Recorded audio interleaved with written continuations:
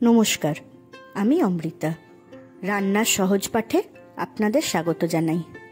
আজকে আমি চিকেনের একটা অসাধারণ রেসিপি আপনাদের সঙ্গে শেয়ার করব। এর জন্য প্রথমেই আমি কড়াইয়ে 3 টেবিল চামচ মতো সাদা তেল নিয়ে নিচ্ছি। তেলটা গরম হলে এর মধ্যে একটা তেজপাতা, দারচিনি আমি একটা স্টিক নিয়েছি, 10-12টা লবঙ্গ, 7টা থেকে 8টা এলাচ ফোড়ন হিসেবে দিয়ে তার মধ্যে 2টো বড় পেঁয়াজ কুচনো দিয়ে দিলাম। এবার গ্যাস একদম কম আঁচে রেখে 2-4 মিনিট ভালো করে পেঁয়াজটাকে নাড়াচাড়া করে 1 চা চামচ আদা রসুনের পেস্ট দিয়ে আবার পেঁয়াজটা নাড়াচাড়া শুরু করলাম।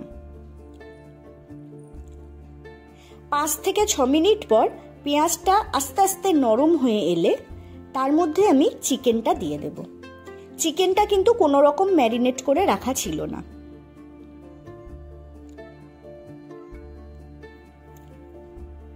চিকেনটা দিয়ে ভালো করে আবার নাড়াচাড়া শুরু করলাম।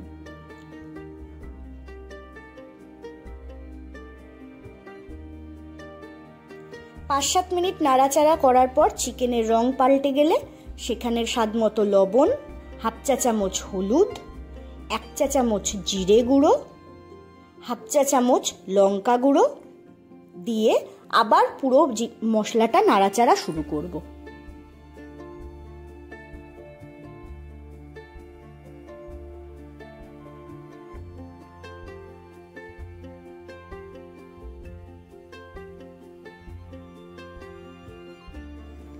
তিন থেকে 4 মিনিট পর তেল আস্তে আস্তে মশলা থেকে ছাড়তে শুরু করলে তাতে 2টো টমেটো কুচি দিয়ে দেব।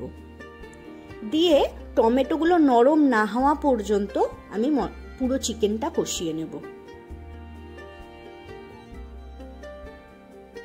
এখানে যেহেতু আমি জলের ব্যবহার করব না, সেই কারণে গ্যাস কমিয়ে দিয়ে ঢাকা দিয়ে আমি চিকেনটা সেদ্ধ করে নেব।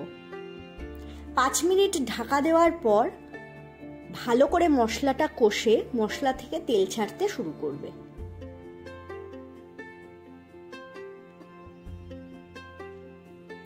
এই সময় এখানে আমি 1/2 চা চামচ চিনি দিয়ে দিলাম। এতে মাংসের রংটা খুব সুন্দর হয়।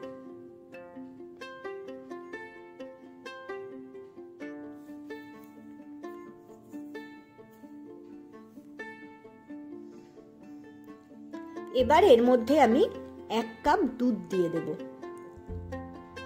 দুধটা নর্মাল টেম্পারেচারের, আর গ্যাসটা এই সময় একদম লো ফ্লেমে রাখতে হবে, না হলে দুধটা ফেটে যাওয়ার একটা সম্ভাবনা থাকে।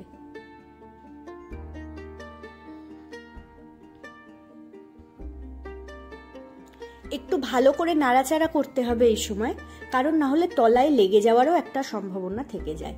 ভালো করে ফুটতে শুরু করলে তারপর আমি ঢাকা দিয়ে দেব। 10 মিনিট মতো ঢাকা দিয়ে রাখলেই চিকেনও সেদ্ধ হয়ে যাবে, পুরো মশলাটা থেকে তেলও বেরোতে শুরু করবে। এবার গ্যাস বাড়িয়ে আপনারা আপনাদের প্রয়োজন অনুযায়ী ঝোল রাখতে পারেন। আমি যেহেতু রুটি বা পরোটার সঙ্গে সার্ভ করি, সেই কারণে আমি ঝোলটা একদম কম রাখি। রান্নাটি যদি আপনাদের ভালো লাগে তাহলে চ্যানেলটি লাইক, শেয়ার এবং সাবস্ক্রাইব করবেন। পাশে থাকা বেল আইকনটি প্রেস করলে আমার আপলোড করা ভিডিওর নোটিফিকেশন আপনাদের কাছে সঙ্গে সঙ্গে পৌঁছে যাবে। পাশে থাকার জন্য অসংখ্য ধন্যবাদ।